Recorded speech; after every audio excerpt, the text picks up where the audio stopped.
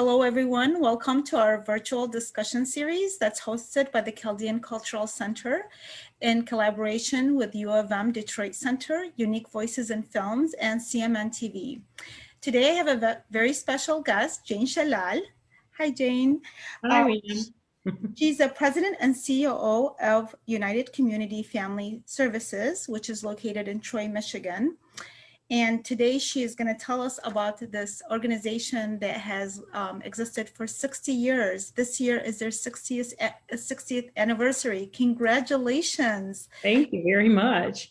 Amazing accomplishment. And this is, what we really want to learn what this organization is about and the success story as well. So what is the story behind the United Community Family Services? Yeah. Well, actually, first of all, thank you and to all your partners for inviting us here. We appreciate your, interest in our organization and letting all your viewers know more about us. So this is a very apropos time to hold this interview because tomorrow is, we were formed 60 years ago, May 15th. We were formed 60 years ago, and we are celebrating our 60th anniversary. It started off with 20 women with the guidance of then Father George Garmu, he's Bishop George Garmu, with his guidance established in this organization to help the poor, the sick, and the elderly, and help newcomers get acclimated to their life here in the United States. So it started off with 20 women meeting in their basement, has grown to a large nonprofit organization that serves over 10,000 people. And we have our own building, we have paid staff and numerous supporters that help. And the great thing about the United Community Family Services, which has always been known as Chaldean American Ladies of Charity, that's our legal name. UCFS is our doing business as DBA name. What's wonderful about this organization is that the mission has stayed the same, so we are continuing to help the sick and the elderly and the poor, and we're continuing to help the newcomers that have come here, to get acclimated in the United States so that they're as successful as we are. So given that you started in 1961 and obviously the immigration and the refugee situation changed over the years, the population, when I see the numbers that were, I don't remember what it was in 1961, but I mean, we were a lot smaller, especially with the Chaldean population. So what have you seen the major difference that has happened between the years and the changes that have occurred? Yeah, there's been, actually, it's quite a different population that's coming to the United States, or their journey is, I should say, different. I'm an immigrant. I was born in Baghdad, Iraq myself. So my family's journey and many immigrants' journey, probably as yourself and many other people that have been here, Chaldeans that have been here for so many years, they came as immigrants. They did not come as refugees. So they prepared themselves from coming. They sold their assets, they sold their homes, and they came directly to the United States. The refugee journey, which the population now coming are refugees. So the refugee journey is very different than the immigrant journey, such as myself. They have been forced to leave everything behind, their assets, their homes, their bank accounts, even sometimes their clothing. Everything has been left behind, and they don't come to the United States immediately. They're sometimes displaced into third countries like Jordan and Syria, and years go by before they're ultimately admitted into the United States. And they travel from, place to place without really a home, and when they finally get here, they come with no assets, no connections, no networks. And that's why we're there to help them out at, Chaldean American Ladies of Charity, United Community Family Services. We're here to help them out when they get here, to get resettled, to get them their furniture, to get them so they know where their churches are, know where they can get help, and help in terms of English classes, employment. So their journey is much more different than what our journey was as immigrants. And so how does your organization transition or try to adjust and serve the different between the immigrants and their needs to the refugees and their needs? How does that process happen? Are you even, do you have the chance to prepare ahead of time, or are you guys kind of dealing with it as it's happening? I think we've become like really expert, we've really built an expertise in refugee resettlement, because for about the last 15 years or more, we have been working with refugees. So we understand what their needs are when they get here. And we try to address the needs as we see them from the eyes of our clients. So, we have an employment program that helps them get employed. We have financial literacy programs that helps them understand how they can budget when they get here, how they can improve their credit scores. Many of these refugees, they come with no credit, so it's hard for them to get a lease to rent an apartment. It's hard for them to buy a car or even lease a car, or because they have absolutely no credit. So we try to help them understand how they can build their credit.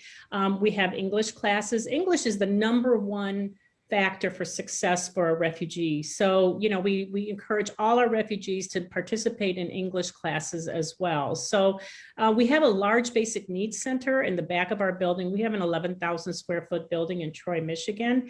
And the back 6,000 square feet is a huge basic needs center that's full with donated goods by members of the community, furniture, housewares, small appliances, clothing, and whatever these refugees need, because really they do come with nothing. It's there for them, and it's at no cost to them, and so that they can, get their homes, their new homes settled, get their basic needs met, and try to get employed. And, I know that you've dedicated over 28 years to assisting immigrants, refugees, homeless, and low-income families in Michigan through your service with UCFS. But you have a very interesting background even before that. So you have a Juris Doctor from Michigan State University College of Law, a Master's of Arts degree in Criminal Justice from the University of Detroit, and a Bachelor's of Science degree from Wayne State University. So I got to tell you, this organization is very lucky to have you. Aside, so that your resume is a lot longer than that, but just your educational background, but you also have so much work and experience background. So how did you get involved with this work? Well, I've been involved, I got involved with my mom. My mom used to do a lot of work for the Chaldean American Ladies of Charity and for the sick and the elderly. And I just saw these beautiful acts of kindness that she would do for others. And that really drew me and inspired me to kind of try to follow that path and do the same work that she did, and actually kind of extend her work, and grow it. And that's why I kind of dedicated myself to the Chaldean American Ladies of Charity, because all the works that she did and all the work that I've seen others do in the, that some of the leaders that they've done to help others in the community. So and once it's been my thing for almost 30 years now, like you say, 28 years, and I love it. It is one of my passions, and I enjoy it.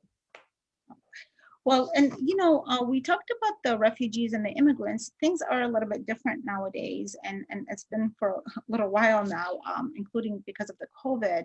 How has COVID-19, the pandemic, has it disrupted any of the work for your nonprofit, and how has it affected you? And in general, have you noticed that a lot of nonprofits been affected? I know you've also helped the Chaldean Cultural Center in some ways, and we were affected as well, like others. But how was your organization affected?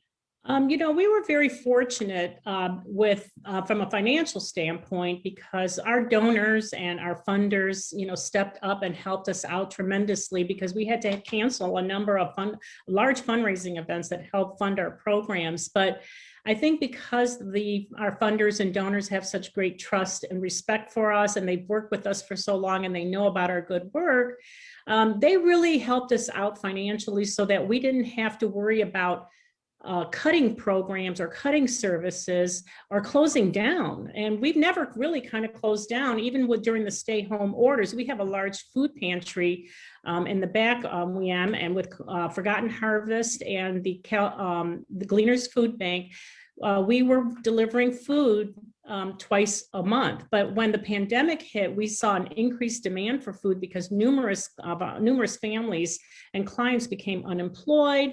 They didn't have sufficient food. And then there was an increase of families that were coming to us that had never come to us before because of their unemployment status now, that they needed food. So we began to distribute food weekly instead of, bi-weekly at our organization. We were considered non-essential workers. So despite the stay-home orders, we were permitted to run our food pantry operations. And, some of the case management continued. It was either by phone or via Zoom or Facebook or WhatsApp. We had to be a little bit creative about connecting to our clients because our clients needed us more during the pandemic when it hit because of everything that had happened as a result. So, the food pantry was affected, and, our ESL and citizenship classes were postponed for a while because we had to kind of like recreate ourselves and say, how do we deliver this service to our clients so that they can continue getting the service? So we said, let's try to do this virtually. And that was a challenge too for our clients. They don't have computers, some of them. They did not, their digital experience was limited. Zoom, they had no idea what Zoom was. So it was a matter of teaching them how to get on Zoom, how to stay on Zoom, and how to mute themselves sometimes. And so, we were able to get through all that. And now we have even our senior citizens who know very little about computers. We have bingo for them via virtual Zoom classes. We have yoga for them, Zoom classes. So not only have we kind of taught them, or have we learned how to do it virtually, we've taught them how to engage with us virtually as well. So yeah, some of those programs had to be changed a little bit. I think that our youth programs suffered the most because most of our youth programs were, group settings. They were our Saturday Dreams mentoring program, our Project Achievement after school tutoring programs. They were always done in a group setting. So those were a little bit more difficult, but we're hoping to get those geared up now that the weather is nice, the restrictions are starting to get lifted. And Jean, if I want to take this opportunity, like if somebody wants to connect and learn about, the food pantry, or if they need furniture or anything like that, what is the best way to contact you? You can contact us at, you can go on our website and there is a contact form there. So you can go on www.ucfamilyservices.org. Yes, and we'll include that link Thank you. when we have this recorded, and we'll include the link so people can connect. And so, one of the programs that I did recently attend, actually I attended 2 workshops through the Women's Business Institute. This is a program that you guys have. What is this program about? How long has it been around? And has the major change been really just shifting from in-person to online? The ones I attended were online. Yeah, we launched this during the pandemic. It wasn't our intention that a pandemic was going to occur when we launched this program, because a great part of it was to be networking with other business women so that they can, advance their own careers through networking and get to know other people in their field.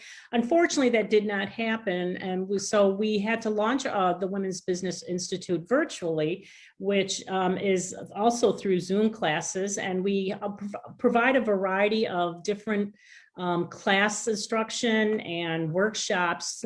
And WBI, Women's Business Institute, was founded by, the women who were in business owner. They were business owners, women business leaders that wanted to share their firsthand resources there and provide support to women who were either starting off their own business, getting into the employment field, or wanted to get excel in their field. So it's not just for people that want to open up a business, it's for any woman that wishes to advance their careers. And that's the main that is the main goal of the Women's Business Institute. We want to offer tools so women achieve prosperous careers and become leaders in the growth, in our economic growth in not only our community, but in our state. Yeah, and I honestly found them very resourceful. I did connect with a few women during the networking, the workshop, and then you had a very good workshop on grant writing. Thank you. And it didn't address only nonprofits, but it was also for individuals as well if they were looking for grants, this is, there's a lot of opportunity in that as well. So since you have been with UCFS for nearly 3 decades, what do you consider were the biggest challenges that you guys face, and how did your organization overcome them? I think one of the biggest challenges, and it's still a challenge for us, Liam, is that, sometimes the people don't know what we do. So I think putting out the good word of UCFS has always been, an issue for us. And I think part of the problem is that we're so busy doing the good work, we're not thinking about telling people about the good work.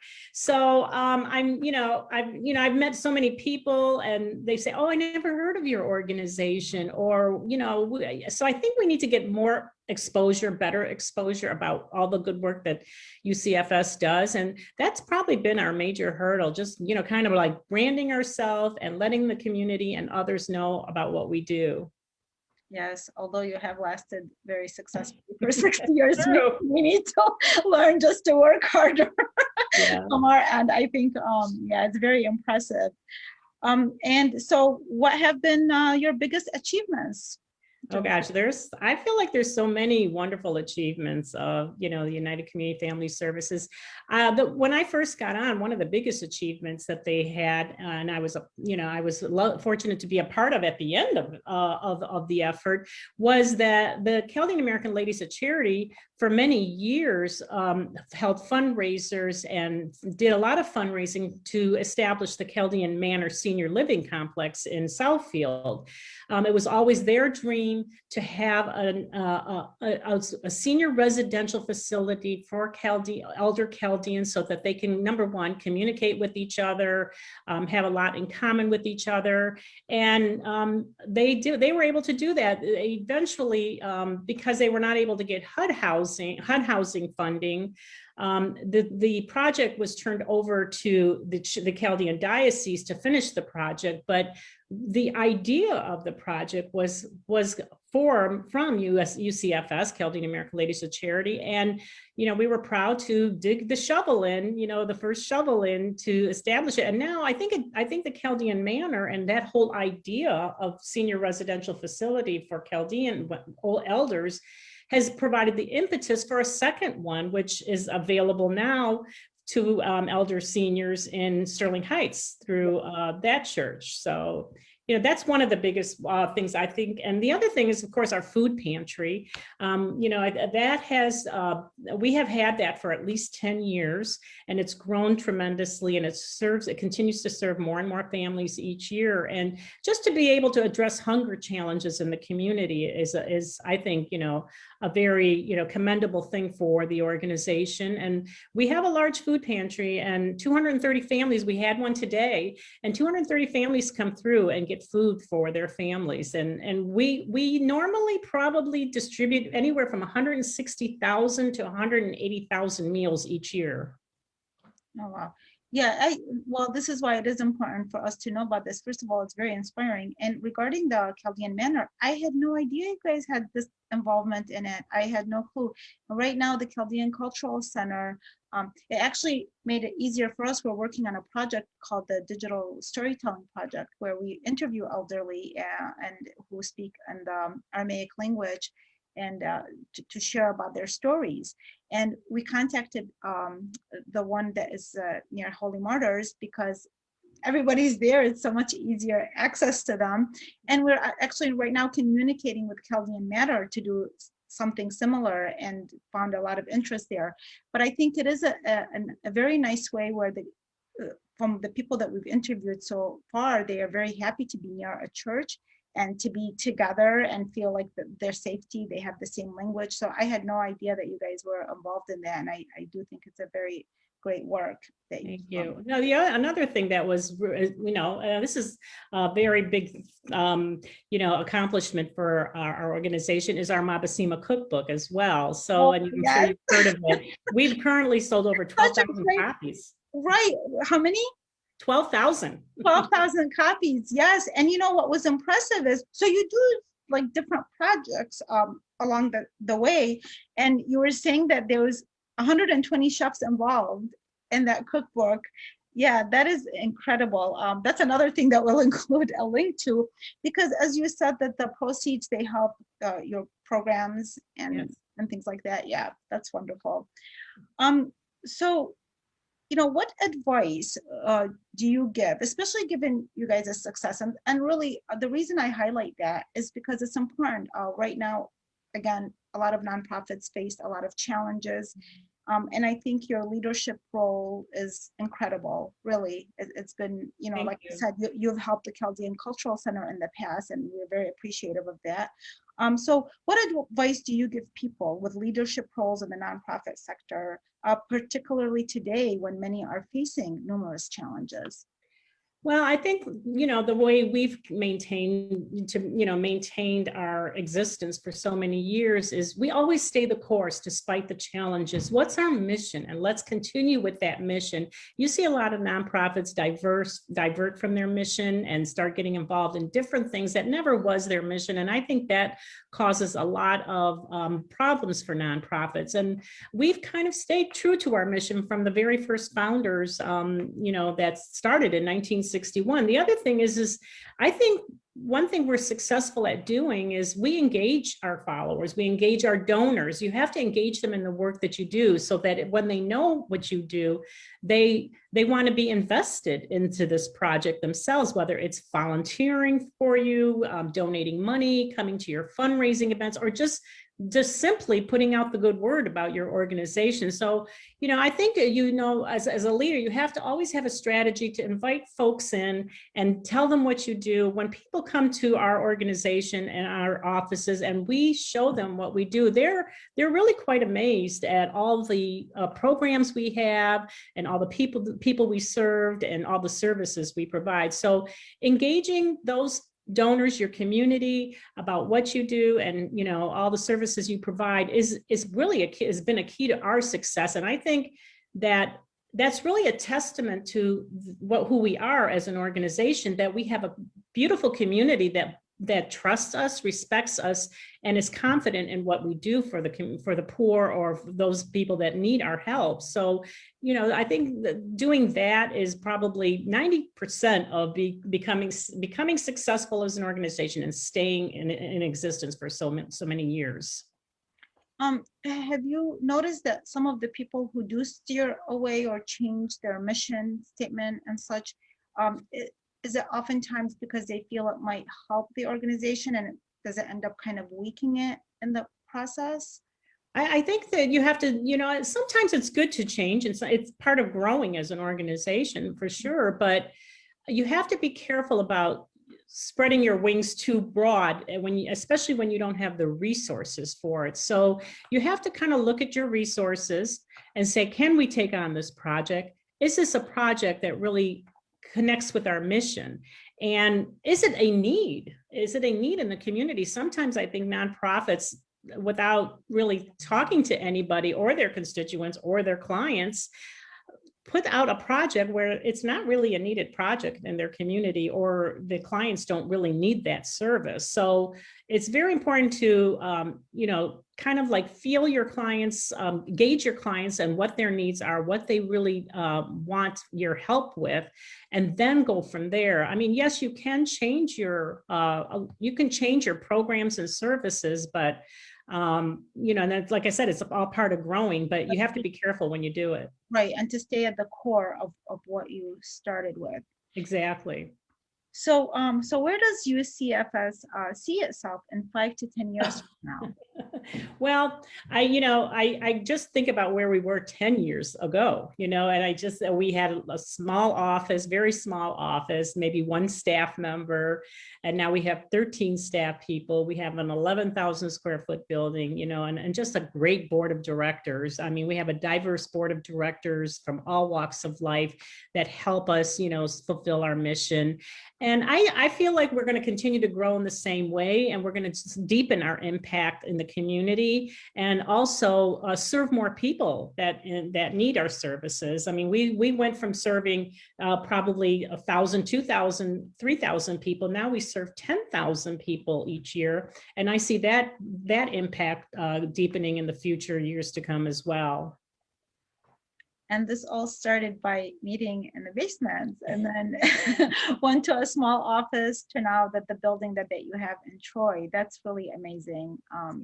Well, Jane, thank you so much for sharing all of this. And your story is inspirational, again, for organizations that are being challenged. I think for me, I just got the sense that just kind of the perseverance and just sticking it out, and also the engaging others. That's another thing. Sometimes it seems like it's a lot of work, but it sounds like from what you're saying that it really pays off, and it makes the community that you're serving gain trust and understanding of why your organization even exists. Exactly. That's so true.